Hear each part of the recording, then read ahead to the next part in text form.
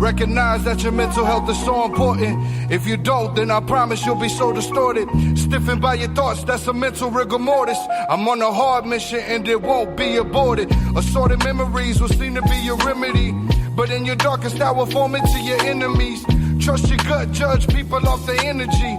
Cut them off quick and fast, they are limiting your room to grow. You're listening to the Expect Effect podcast, where the concept of self-care is our primary focus. Consider this an acknowledgement of feeling the opportunity to birth every great idea within you. This is your weekly dose of me time, and I'm your host. It's Jessica Nakia. I want to thank you so much for tuning in. Shout out to every listener on every platform. Look at you championing forward and doing the damn thing. It's been a week for me, at least personally, so I know that it may have been one for you as well. So I really want to applaud you, and again, thank you for listening. We know that life is hard, but here at the Expect Effect, we believe that self-care and the principles thereof, at least for the time that you're with me, these things don't have to be. So sit back, relax, and unwind as we together uncover ways to truly expect better, do better, and believe better. I am so excited to be back here with you, and in short, this is going to be very short. I am wrapping up season 3 in preparation for season 4. That will be releasing this fall, and we're modifying the way that the show is presented. So what I'm going to leave you with in closing are 3 sensational conversations as we prep for a complete revamp, a complete rebranding, and a complete change in structure. Some of you may be wondering, what and why is this happening? Well, first, let's address my inconsistency over the past few months since beginning season 3. Due to a series of life events, I've simply been unable to be here, and I enjoy being at the mic. But also, I'm pretty sure I have over 40 hours worth of listenable content, so I've been extra busy when it comes to this show. And more or less, I've been providing the content for free. The revamp and restructure is going to place an emphasis on paid content in partnership with the network that I've signed with. I'm actually behind on the work I need to do for them. If you're catching the running theme, behind is where I am, and that's the name of the game. So it's going to allow me to place an emphasis on paid content while also giving more attention and structure to the free content that is still going to be accessible. I want to make sure both are absolutely top tier, since they are going to have kind of a separate layout there. Even though they're going to be one and the same, the show will still have its free variation, and then we will be introducing a paid variation with more details about how you can access that, the platform, all of those things to come before end of year. Actually, before we launch season 4, if not around the time that we'll be launching season 4 on the independent and free content tip. And then I'll be able to give you more information about what I have going on with the sensational network that I've signed to and partnered with, and I'm so excited to get to work for. But aside from that, I've been doing a lot of things for free. And I've been doing a lot. Like, let's just cut it there. I've been doing a lot. I've been writing, producing content. I'm the person who edits the show, who puts it out, who handles the social media content. I communicate with the guest. I keep up with signed guest release forms. I schedule the interviews. I do everything that's anything to do with this show. And to make sure that it's still what it needs to be for you, I've got to take a step back. It's become oversaturated. It can be felt in my interviews. It can be felt in some of the ways that I present the show. It can be felt in the fact that today's episode is going to be late. But it's definitely just one of those things where it's necessary for me to take a step back, to revisit, to chase the bag for a bit, to restructure the show, to rebrand a little bit. There are so many wonderful things I want to bring forth, but I can't do those things if I'm producing them on a weekly basis at this point in my life. So I've really got to make sure that the content is ready in advance, that we can package and present these as seasons, that everything's going to be ready to go right when I anticipate it being ready to go.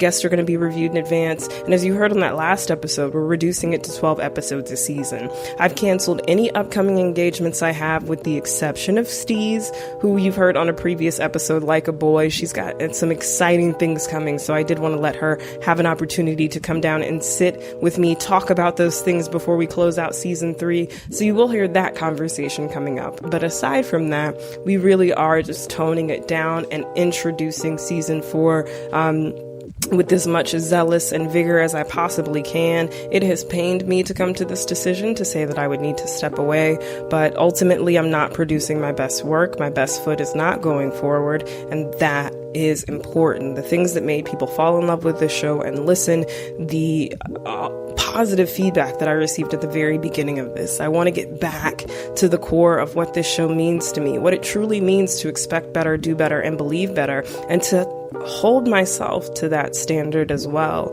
So I'm just making sure that everything is truly the way it needs to be done. Previously, I've taken breaks and said we were going to move into the next season, and I was maybe only gone a month, maybe only gone a few weeks, and still doing other things actively in that time. And this isn't to say that during my hiatus this time around I will be sitting and resting, but I will be doing a lot more of it in addition to getting to work. I still have that 9 to 5 I adhere to. I'm still a caretaker where applicable, and it's just really important for me to step back and assess where we need to slow down. And this is just one of those things that's in need of a revamp. The Expect Effect pod needs a facelift, and I'm going to make sure it gets one.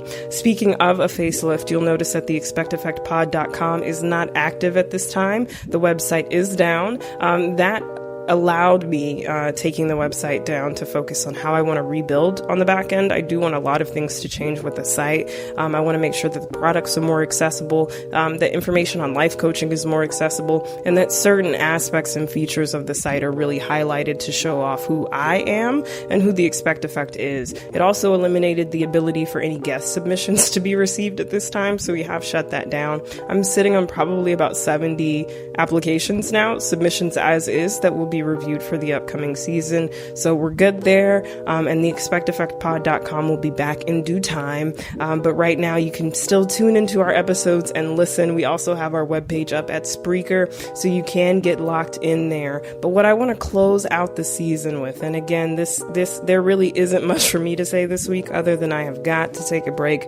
I've got to sit the hell down somewhere. I've got to restructure. And if I want to be taken seriously, and if I want you guys to keep coming back for the message, the real messages that I'm trying to relate, I've got to restructure. So we're going to have to do some content planning. We're going to have to get more up on organization, all things that I've covered in previous episodes, but I'm going to have to take my own advice, and I'm really going to have to take it to heart and run with that.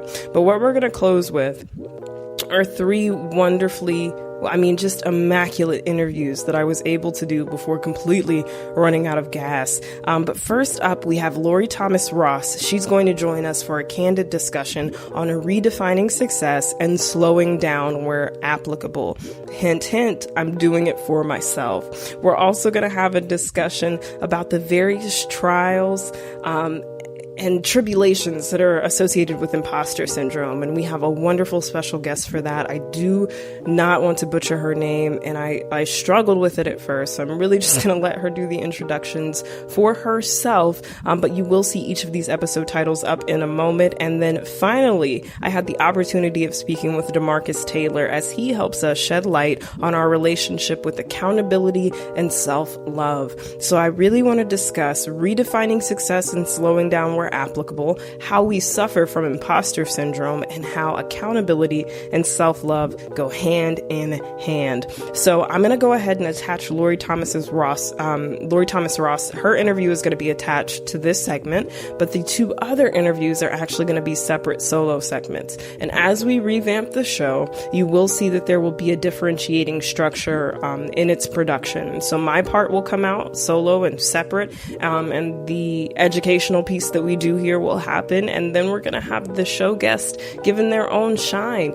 You're going to get to come in and hear the interview, get to hear a little bit of banter there, but it's really also going to allow me to focus in on what the most beneficial parts of the show are, and where we maybe could even make further changes for improvement. So we're going to start splitting the show into 2 segments, so technically 2 episodes would be released on a weekly basis. We'll have the educational piece where I'll sit down and talk with you, and we'll digest whatever the topic is for that week, and then we'll have the portion in the piece where we bring in the guest and you're able to hear them in our conversation and their insight on chosen topic. Again, we're going to be running by themes and seasons. I'm so excited to get into it. But these conversations you're about to hear are so pivotal and play right into the theme that we were working on before I had to step away. So we're really going to dive in and talk about self-accountability, self-love and accountability, how those things work hand in hand. We're really going to dive in and talk about imposter syndrome. But before we do those two things, we're going to have a really great discussion with Lorrie Thomas Ross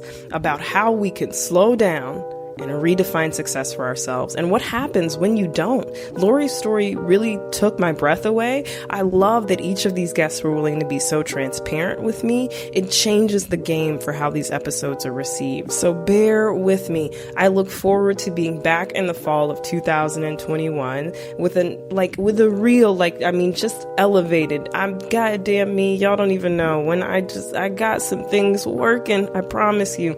And again, the content is still going to be free. There is going to be an emphasis on paid content. So I am going to make sure that we put a lot of focus on what's, on the subscription service that'll be in place with my partner network. But we're also going to make sure that the free content still stands. The facts of the matter are, however, that I can no longer do it on a weekly basis. I'm officially too busy, and I hope I get busier. I hope to be more successful. I hope to make more connections. But most importantly, I want this show to truly be all that I desire. It is my heart. It is my soul. And I don't want to disrespect it any further by not bringing my best here every week. And I want you to think about that as well. How many people, places, or things you're bringing disrespect to when you don't bring your best. Think about how much disrespect you bring yourself when you don't bring your best, and assess what really needs to be done. I did my best to show up and just keep showing up and just keep showing up and just keep showing up. And I'm creatively tapped out. I'm emotionally wiped out, and I'm physically exhausted. So aside from just living life, we're going to have to take a break. Again, I'm going to chase the bag a little bit. I'm going to work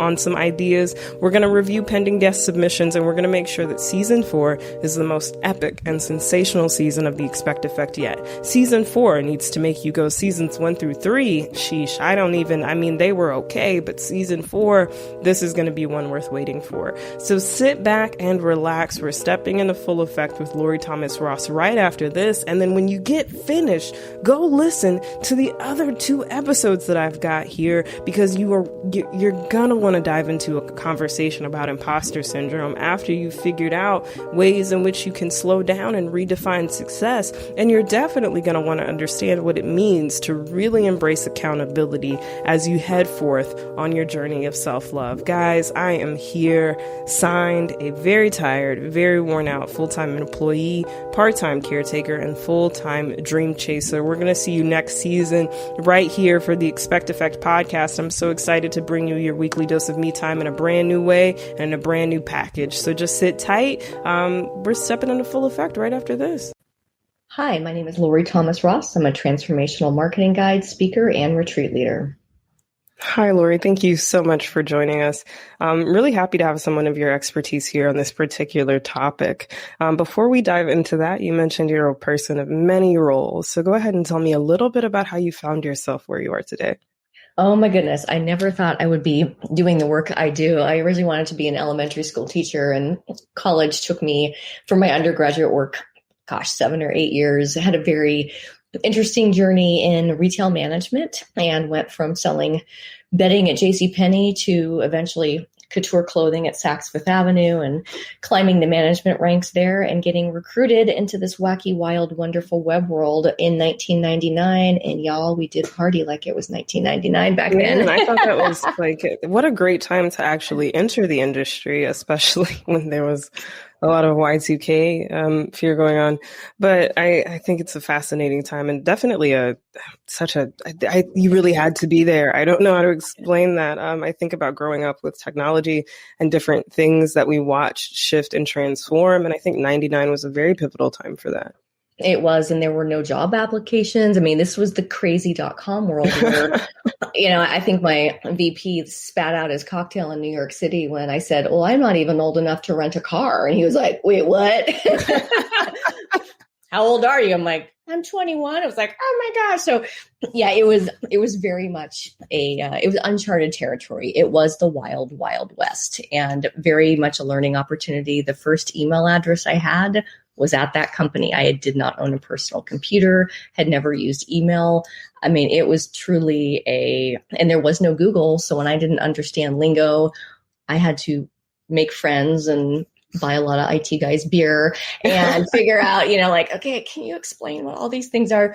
So it was very much a humbling experience, but thankfully I didn't go and buy convertibles and overpriced homes back in that time. I went back to college. I walked. That did happen to some people. Yeah, I walked. When the company went public, that was my last day at this one company, and I've been through 2 .com IPOs, and I just didn't feel like it was meaningful work. And I went back and claimed my education and was a really good student because I was so grateful at that time to be able to go to school, and really wasn't sure what my path would lead me to. And then I got recruited again to go sell advertising at another startup.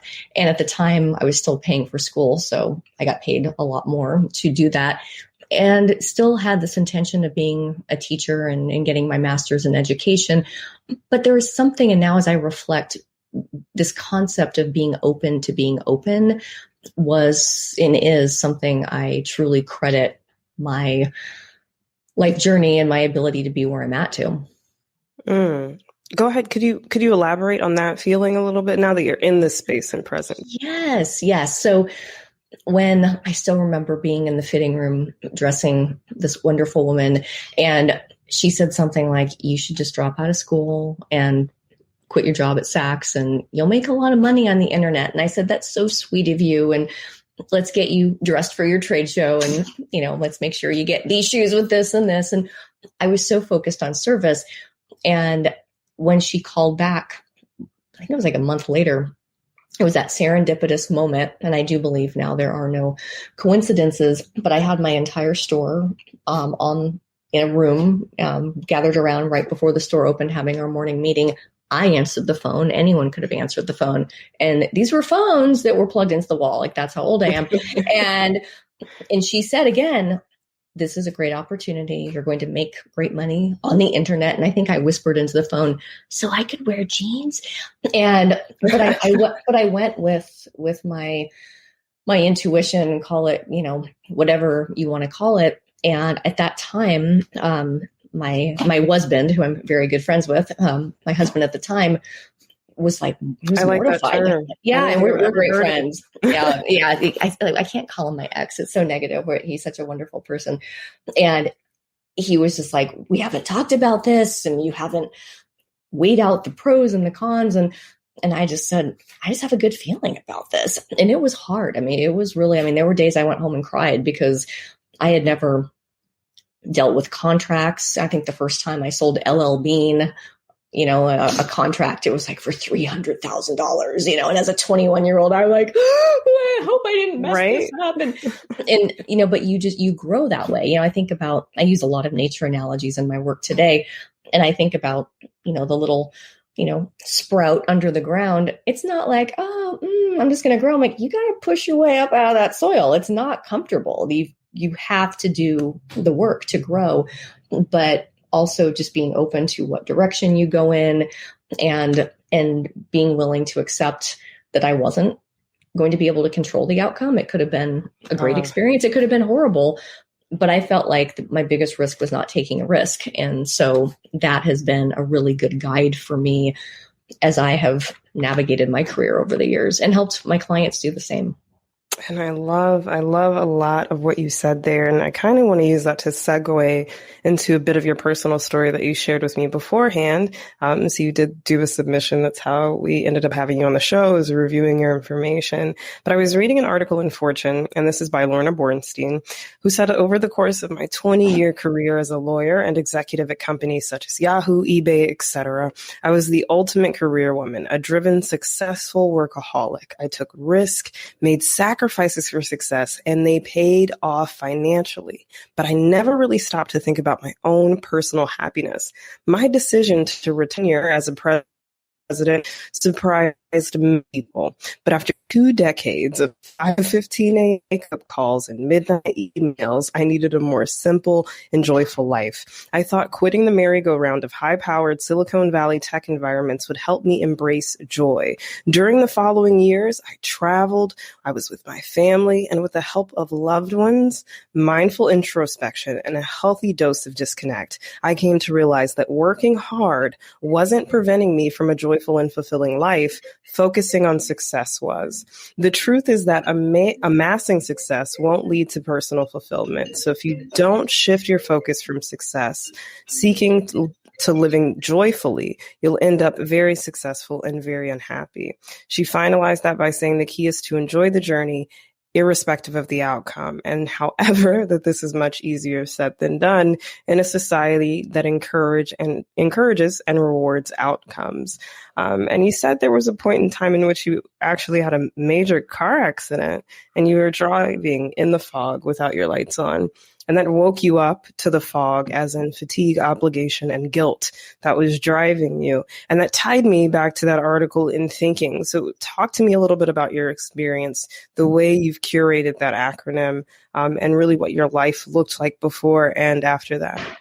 My life looked perfect on paper. I have 2 homes. I have a loving, supportive husband. I have a really cool kid. I travel. I run a lifestyle business. I don't have to get up at 5:45 a.m. and take calls. I don't have to ask for permission to take vacations. Yet I was in this fog. And in fog, you can still navigate life through a fog. You can still see. And it's really dangerous because it can be really deceiving. And in the fatigue, the obligation, the guilt, the FOG that I, of course, and as my second and final husband said to me, sweetie, I know you're going to make a big deal out of this accident and you're going to find the meaning in it, right? Smart man, he knows me well.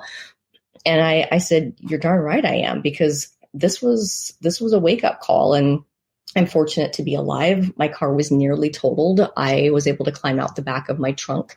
I was driving to a volunteer meeting, had finished the volunteer meeting, and instead of staying in my own dang house that was minutes from the volunteer dinner, I felt obligated to come home so that I would be up to wake up and take my daughter to school in the morning. Mind you, my husband's perfectly capable of doing that. And had this guilt of, I should be home with my family, but I should be at this meeting. I didn't want to go to the meeting. And I had been doing a lot of volunteer work, but everything looked so good. Yet I was just trying to do it all, be it all, hit the gym 5 days a week, be everything to everybody. And truly in the dark, this is a road I've driven thousands of times. I took air, had no idea I had even lost control of my car. I was cushioned by these thorny bushes off a road south of the Atlanta airport. And, a man from the local deer cooler, I can't make this stuff up, saw me go off the road, pulled over to help me out. And even when the police came in, they said, who can we call to come get you? I said, oh, no, I'll just wait for y'all to pull my car out. And if you can't, I'll walk home. I was so in this, I can do everything myself. I am the only person who can do things. And that moment in my life caused me to shine the brights on my real fog and get clear. And I had to have some tough conversations with a couple of my coworkers who were living this gorgeous lifestyle business that I created and I wasn't, and had to ask for more support from my husband. All of these conversations, mind you, were incredibly positive, to the tune of, great, we wish we had known what you had needed sooner. We just didn't know. Even my husband said, you always look like you've got it together. He's like, you were deceiving yourself. I couldn't tell how much you were carrying. He's like, because you were pulling it off day after day after day with a big smile on your face and with positive, big energy. So it's so important. And women are creative creatures, right? I mean, we carry, the womb space, whether we have children or not. We have cycles physically. We need to slow down and recharge. And I was a walking, talking human doing, and I had forgot how to be a human being. And I reevaluated my life, and I used this phrase, that does not work for me. And when I started to tune into what did not work for me, and that was sometimes doing too much, it might be not on it, not having enough me time. And one thing that really fuels me is time by myself and giving myself space to go on vacation. Even if I take a couple days and veg in a hotel, doing these things that really nurtured me And now I use this as my internal gauge of what does and does not work for me. Hey, Lorrie, we need you to volunteer for this nonprofit thing. And this is my dog growling, which this does not work for me while I'm doing an interview. And, but it's my internal gauge. And with negotiation, it's impermeable. Lorrie, we can't join your 6-month program at this price. We want to do this price. I'd love to have you in my program, but that's not going to work for me. It's like respect commands respect. Respect is reciprocal. And having this massive fog clearing gave me this opportunity to also share my story with others. And now, as I'm doing retreat work with women as well, in addition to running my marketing agency, I am able to help pinpoint those areas so that we do continue to nourish ourselves. It's like Maslow's hierarchy of needs. You can't get what you want until you get what you need. And we have basic needs. Those have to be met, and we have to do things that nurture and nourish ourselves so that we can go out and be the best to others as well. And I love what you said there. And there are a lot of things, I think, to unpack in that story, especially when we really rest on the idea of fear. I feel like more often than not, one of the most profound quotes I ever heard, and I've heard everything we want is on the other side of fear. Everything we want is on the other side of fear. And the word obligation is a very funny word, because whom are we truly obligated to if not ourselves? And I think definitely in realizing that, it says, okay, like you said, I have this internal voice. This is the voice I need to be guided by. This is the voice that's gauging the good, the bad, and the ugly. And this is who's seeing it before anybody. So then how can I help myself? But also in that, when you're still used to taking care of everything, how do you allow yourself to be helped? And that is a question I've asked myself. And to your point, I think your story is also so profound, because we've been on a hiatus here at the show. We're wrapping up season 3, and we're getting into the final episodes, and we're preparing for season 4, but we're doing so because I overdid it, right? So we're having this break, and we were on hiatus, and only on hiatus because I overdid it. And I don't think we account for the fact that life will happen on its own, right? So there are going to be things that will naturally force us down, and then also, like, an accident, a family emergency, something going on that's going to naturally force us down. And it's going to happen when we're already feeling worn down, in more instances than not, when we're not prioritizing or balancing ourselves properly. And then to hear you use the word guilt, I don't think we'll realize that they are feeling guilty, and that fear and guilt are kind of simultaneous with one another. You're fearful and you're worried, and in being these things, you're not willing to reach. And by not being willing to reach, you're not willing to accept realignment, recharging, renewal, the process of reevaluation or refocusing, regrouping, resetting, whatever that is. And you're really not going to be welcome to that. What are things you struggled with at first, and how would you talk to someone who says, I definitely hear what you're saying, but of course, in any instance, easier said than done? Correct. And small steps make a big difference, and we don't have to do it all immediately. And to look at what you can do. Little things for me, like, sweetie, I need more help paying for the Amazon charges because they're all going on my credit card. I mean, stupid stuff like that, I cannot tell you, made the biggest difference for me and just my stress level. And it wasn't really about the money at all. It was about feeling the support. I appreciate you saying that, because we're definitely going to continue with the point, but I really appreciate you saying that, because I'm such an abrasive nature person, and it stems from things that have happened to me. But obviously I have found that, to your point, opening myself to these small little things and areas and being welcoming of that support has made me feel like, okay, I can take bigger steps. Mm-hmm. And I'm kind of like, okay, it's safe here. Yeah. And I know how it feels. And I have days where I go back into, and really it's victim energies. That's where a lot of the obligation comes from. And it's going back to the narrative that we were taught as children. For me, I didn't have a lot of support growing up. I mean, to the point in elementary school, I learned how to make up Whopper stories to the cafeteria lady about how I forgot the check on the kitchen counter again. And my mom had written the check, even though she hadn't. And I didn't want to ask her for money. So my little sister and I could get our hands stamped for lunch every single day. And so, of course, I'm not going to ask my husband, who's so generous, for little money here and there. And so once you go and do that self-work and you understand, then you can ask for things, and then you get more and more comfortable. And that's one thing I notice with business is I do a lot of deep dive work. It's, yes, we have marketing. Yes, we have operations. Yes, we have administrative. Those three pieces of the pie have to be working in unison to have success. But that core piece is the self-work. And as leaders, we have to be whole so that can permeate through all areas of our business. And so, yes, to be kind to yourself too, there's no, that goes back to the guilt and the shame, and that's a lower vibration. Even if we get angry, that's a higher vibration than being a victim. And that can break you through and get you up to the next levels of receiving. I use a simple, and I've learned this from working with a super incredible transformation coach. You have to first release. And for me, that was surrender of like, okay, I can't do it all myself. Once I was able to release, then I was able to receive. And only when you receive, then can you rise.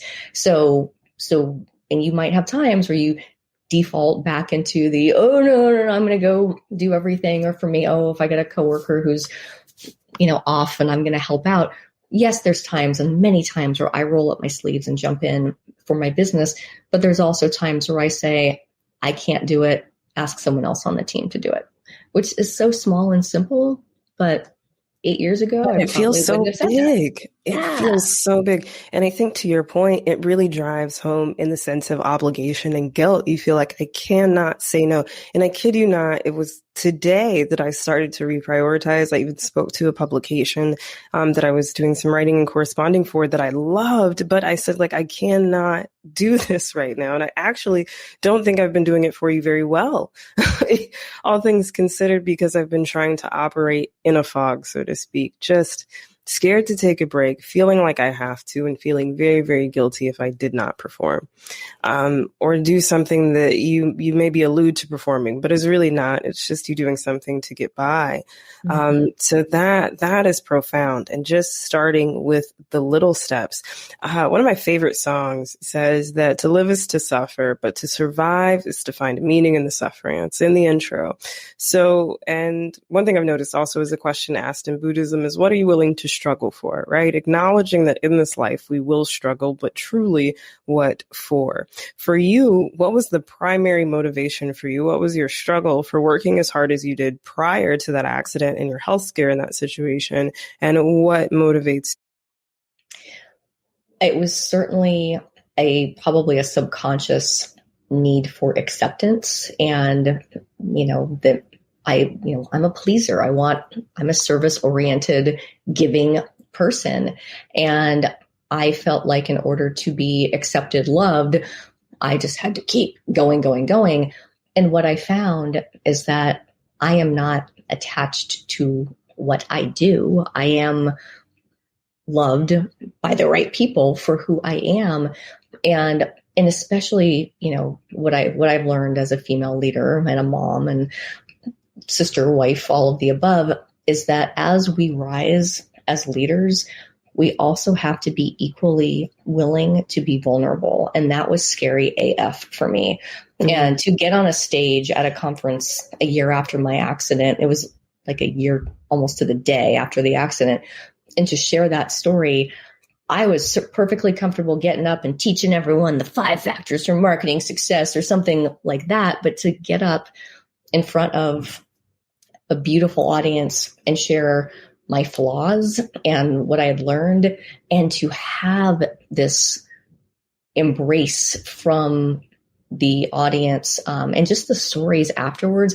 But we do have to be equally vulnerable for as equally strong as we are, so that we are really believed in, and that was a very beautiful lesson for me.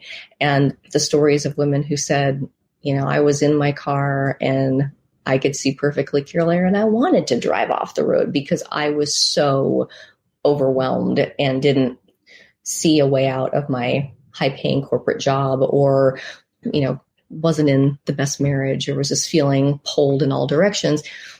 And when we can give ourselves permission to ask for what we want and go after what we want, we are more nourished and we're more alive. And there's a seasonality to things too. I took my foot off the gas pedal for years from a networking perspective. I moved from California to Georgia.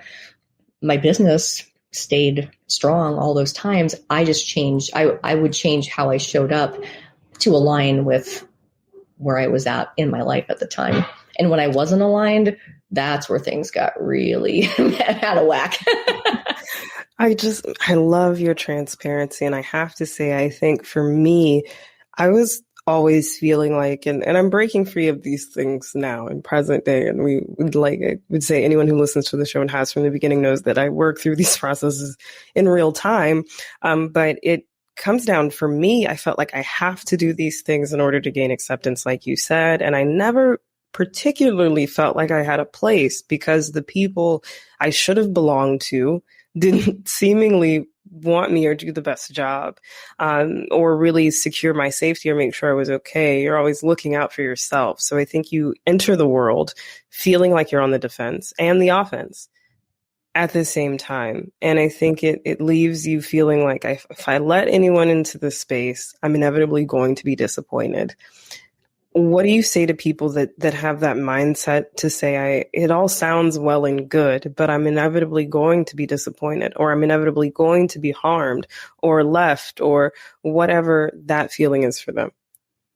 And if the people are going to walk, or the clients aren't going to buy, or the subscribers aren't going to subscribe, they're not ideal clients. They're not ideal partners or friends. And we have to show up in our most authentic way, and our true community will embrace that. It's essential to be real. And, that's just how things go. And of course, to take responsibility, I especially as a parent, I always say, like, you just don't let kids down. If you tell a kid you're going to take them to the museum and then you're like, oh, just kidding, I can't, and if I've had moments like that, I've had to be really real and say, here's why I can't do it.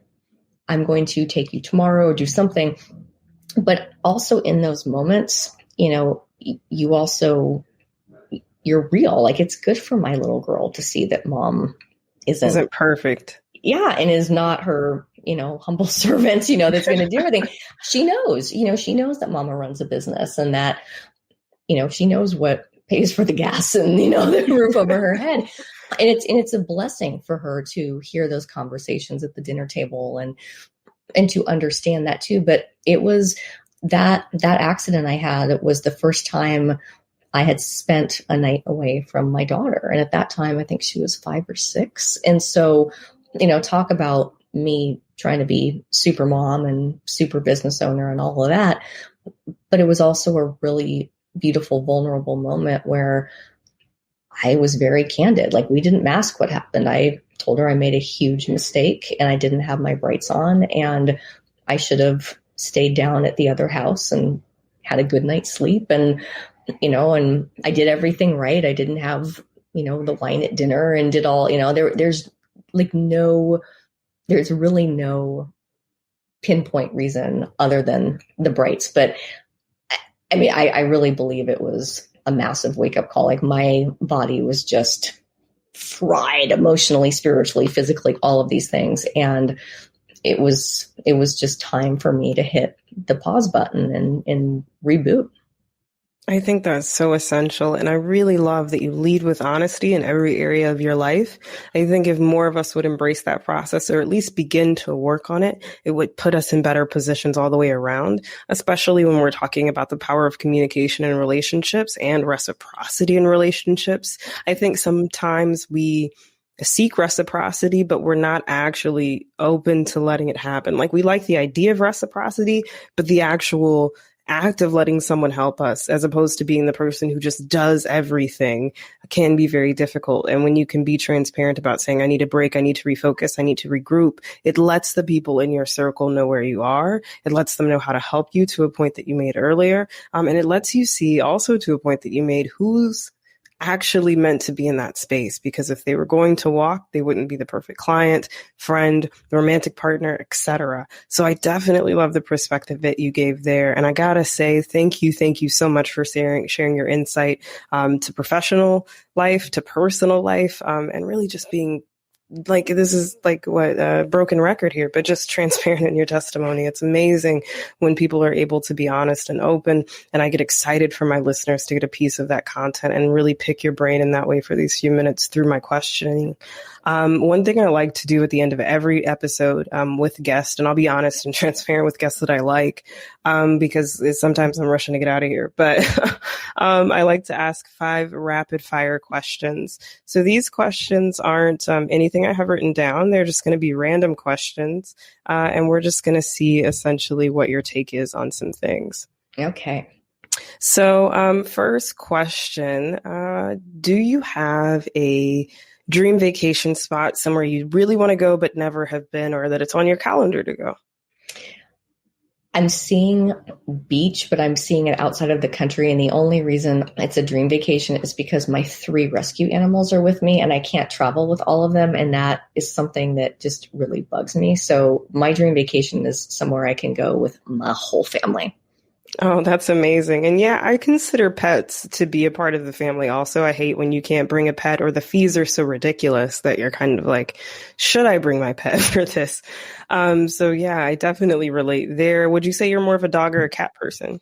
No, I was a diehard cat person for years and years. And then when the pandemic hit, there was a little rescue Chihuahua Yorkie mix that needed a home. And so now I have a dog that's smaller than my cats, and I love them all equally. I mean, you know, we joke, there's sometimes where one of our houses is, there's bats that sometimes get into neighbors' homes. And my husband and daughter joke, like, you know, if we got bats in our house, you'd be feeding them and like creating little bat colonies. I'm like, yeah, I probably would. So it's okay to have that kind of a heart towards animals. Yeah. What would you say was your, or has been your best experience as a coach thus far? Oh my gosh. I've had so many, all of the experiences that have come through, whether it's marketing transformation or the retreat work, has been so different. I would say as a whole, seeing women step into their unique beauty, being on brand, and that doesn't just have to mean your logo. I mean, I see, you know, you can have some pretty, you know, great brands or not great, but when you are aligned with who you are and you're voicing not only your value, but your values, that just lights me up. And that's where I see that shift happening, is when that beauty, that magic is being led as the communication piece, that really lights me up. And to be able to be a part of that breakthrough process is such an honor. That's sensational. I have to say, you are such a light. What is the most recent book you've read? You know, the one I'm reading right now is called Shift the Field, and it's by one of my incredible coaches, Darla Ledoux. She is a transformational business coach, and it is an incredible book about delivering transformation to your clients, but also unlocking your magic and leading with it. You know, for years as the CEO of Web Marketing Therapy, I talked about websites and search engine optimization and social media marketing. And even though I'm branded as the marketing therapist, this magic was like you get all this stuff, and then I'm going to ninja behind the back door, sneak in all my magic. Where now I lead with that. And it is so powerful, the caliber of clients that we're attracting, because I am owning my unique beauty. And it's not scary to people. It's not repelling people. And even if it does, they're not the right clients in the first place. But yes, Shift the Field is the book I'm pouring into right now, and just reliving some of the coaching I've been through. But the stories and the experiences are really magnificent. I love that. We're going to make sure we try to have a link for that in show notes available so that people can get locked into that also. Final question on the rapid five. What would you say, and this is just a general question. I'm a divorced person who's now engaged, but what would you say is the most fulfilling part and most, I guess, rewarding part of stepping into that aspect of life with someone else? Because I've definitely heard some people say, I couldn't imagine getting married again, and not that you force it on anyone. But I know some people simply have, to your point, maybe aren't open to the idea of knowing that there can be a different experience outside of something. And obviously all marriages aren't so horrid that people never speak again. But sometimes they can definitely leave you feeling like, is this the path I should go? I love love, and and I'm grateful. I mean, I truly had #the best divorce ever, and my husband and my husband are friends, and he's my husband's Uncle Will to my little girl, and but I have to say, it's leading with love, not only in your work but in your personal life. It was hard to fail at marriage and to let go of all of that, but also to give myself the space to figure out who I wanted to be, to do that work. And my husband had done the same. He was married before as well.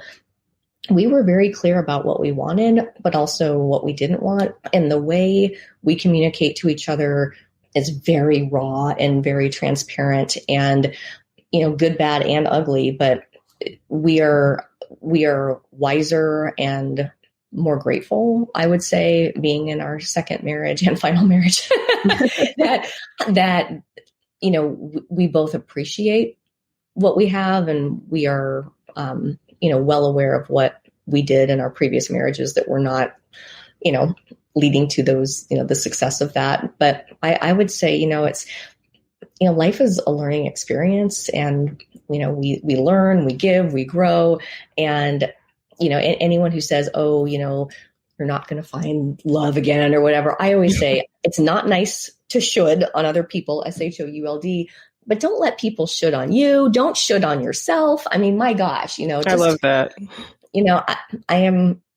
I've always been not like the other kids, so I don't, I'm certainly not a poster child for how things, could be on paper. I've never subscribed to the checklist of life. I didn't go to college in a regular way like other people did. I got married at 22. I moved in with my first husband at 19. I would do it all over again. It was the best experience for me. And, I started my career before I graduated from college. So for me to be where I'm at in my life, and to throw this into the mix and stir, I also work with my husband, and that never would have been we never would have thought that would have been, that's beautiful. Yeah. So, life can be, and you cannot control others, but you can control yourself, and you can bring, to past relationships, you can still love someone and, and be there for them. It's just, but I love love. I've actually married 2 different people, so we can add, side hustler officiant to my resume. As a speaker, when you're guiding a wedding ceremony is so I think that's beautiful. I've always beautiful. wondered what it would be like to be on that side. It always looks so, and maybe later in life I'll explore it, but I honestly just love weddings. Like if people were, pre-pandemic, like, do you want to go to this wedding? Like, yes, I love weddings, because I too feel like I don't know if you can call me a helpless romantic, but I'm always going to be open to the idea of love and being in love and engaging and sharing that energy, because it truly makes me happy. And it's a space I like to be in. So I just got to thank you so much. You have been an absolute pleasure. If you could just take a moment, let listeners know where they can be connected with you, get locked into your services. And if there's anything else you'd like to promote. Wonderful. Lorrie Thomas, or Lorrie Thomas Ross. You can Google me and find me. I'm at LorrieThomas.com. I am at webmarketingtherapy.com. but definitely easy to find on LinkedIn and on my personal websites. And would love to hear from anyone. That would be my ask. Is I love to invite conversation, and I love people more than I love any of the work I do. So thank you so much for inviting me to be a guest. This has been such a fun interview, and I'm really grateful for what you're doing. No, thank you. Listen, you took time out of your day, and I'm just glad that I was able to value that and that I was able to pick your brain in this way. So everyone, this has been another week of expecting better, doing better, and believing better. I'm your host. It's Jess Nakia. You can find me on Instagram and Facebook at It's Jess Nakia. But most importantly, we have personal pages dedicated to the show at the Expect Effect Podcast on Instagram and Facebook. Be sure you visit theexpecteffectpod.com, a podcast website unlike any other. And join me right here next Wednesday as we continue to wrap up season 3. This has been your weekly dose of me time, and we will see you next Wellness.